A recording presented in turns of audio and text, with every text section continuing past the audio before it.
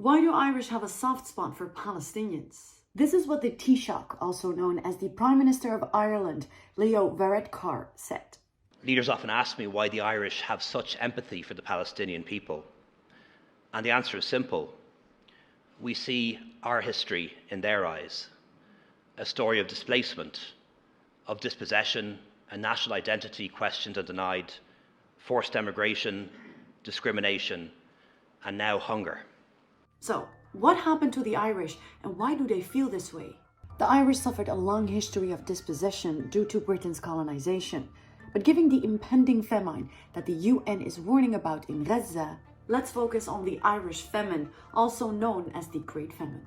During the 1840s, a potato fungus destroyed the country's main food source. Those who ate the potato suffered from severe stomach cramps and even death. And this created a class crisis, intensifying food insecurity, particularly severe among those living at or near the poverty line. But the Brits transformed this crisis into a nationwide catastrophe, also known as the Great Famine. Despite widespread starvation and disease, the British persisted in exporting Ireland's grain and livestock, and instead imported cheaper food which was inequitably distributed and lacked adequate nutritional value.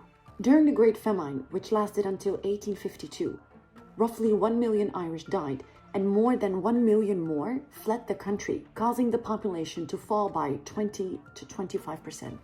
And that's not all. You see, colonialism was in place, which meant that the Irish were not allowed to own land and were only allowed to work on farms where access to food was scarce or limited to the infected potatoes, and often needed to walk to these farms, which were 15 kilometers away, and then walk back home again. Despite international aid being available, the British government made Ireland responsible for its own relief efforts, leading to increased taxes. And there have been credible reports that some government officials obstructed the distribution of relief resources. The famine that was created in Ireland was man-made by British policy.